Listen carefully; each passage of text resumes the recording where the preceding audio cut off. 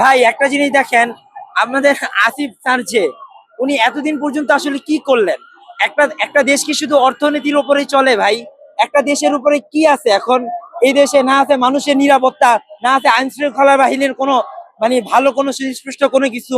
এই দেশটা শুধু ডক্টর ইউনূস সাহেব আসলেন, অর্থনীতিটিকে আগায় দিয়ে গেলেন। এই দেশটার ভিতরে কার নিরাপত্তা আছে? ওপেনলি একটা মানুষকে খুন করে চলে গেল ভারতে, অথচ আমরা কাউকেই ধরতে পারলাম না। এটা ফাইজলামি ছাড়া ভাই আর কি হতে পারে বলেন? এই জন্য আমরা স্পেসিফিক ভাবে আইন উপদেষ্টার উপরে আমরা দায়িত্ব পাচ্ছি।